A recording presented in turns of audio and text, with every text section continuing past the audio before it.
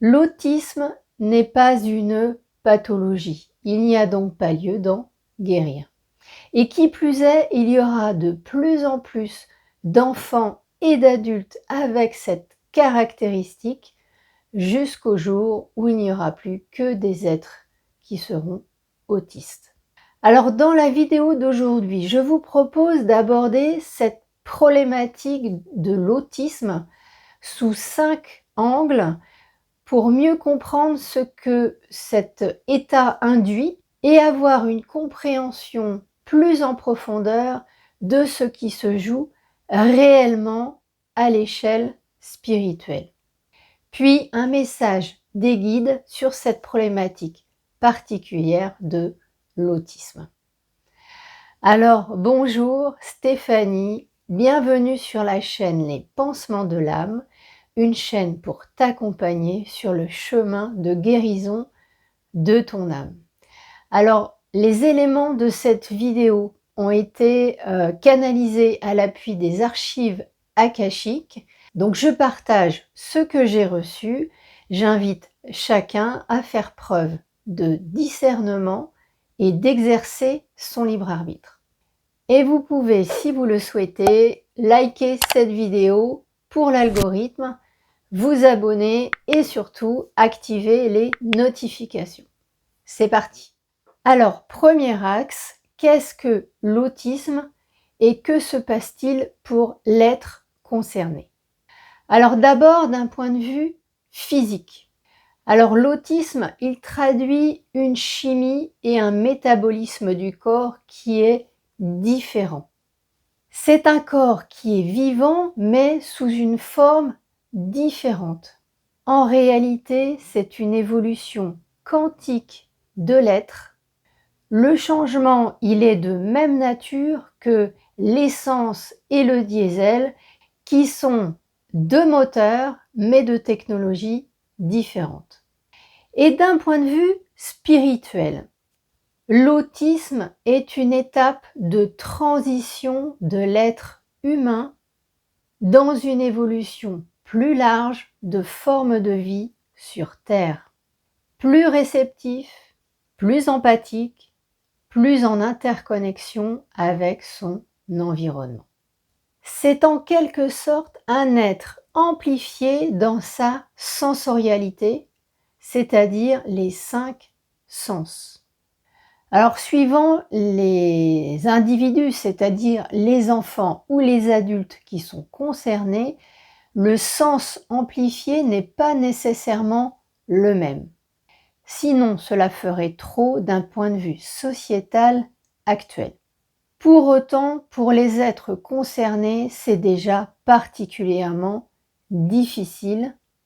Ils ont le sentiment d'être rejetés, de ne pas être compris ni accueillis dans ce qu'ils sont et de ne pouvoir s'insérer dans la société. C'est hard pour eux. Mais alors, quelle est l'origine réelle de l'autisme? D'où vient-il? Que traduit-il? Alors cela relève avant tout d'âmes volontaires qui sont venues pour aider la civilisation humaine à évoluer.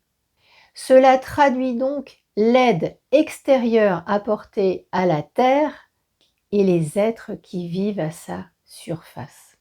Et pour ces âmes, c'est aussi une expérience particulière qui va leur permettre d'évoluer, d'effectuer une élévation d'âme.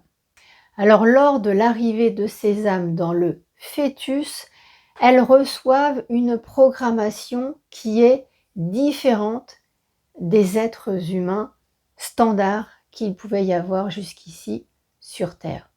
Elles ont donc un logiciel différent et elles ont en quelque sorte une version de software plus élevée. Elles vivent donc leur expérience différemment et les humains ancienne version captent cette différence, cet écart, sans en comprendre réellement ni la raison ni sa manifestation.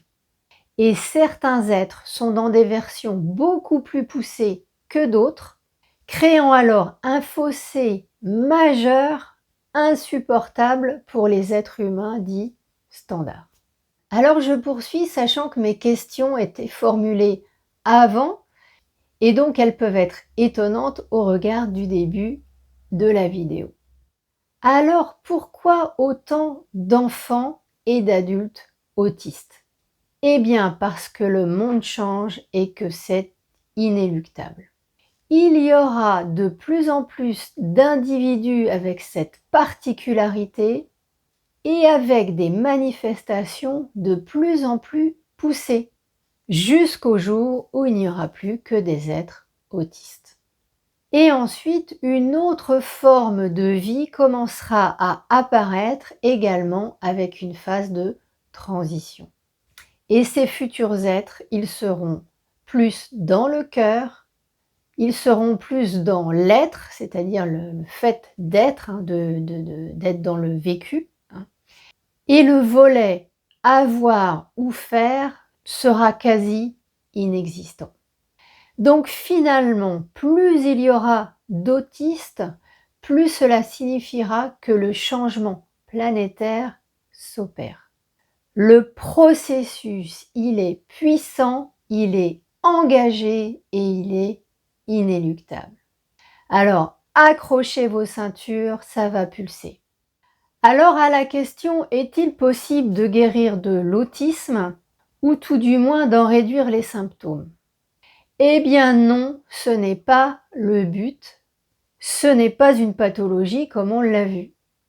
Et donc ce serait une régression de l'évolution qui est en marche.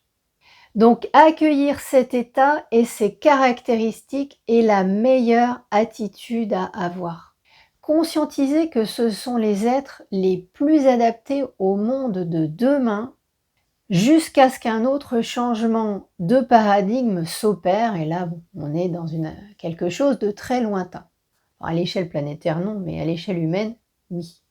Donc accompagner et respecter ces individus, ces personnes, ces êtres autistes, c'est déjà se phaser avec son temps.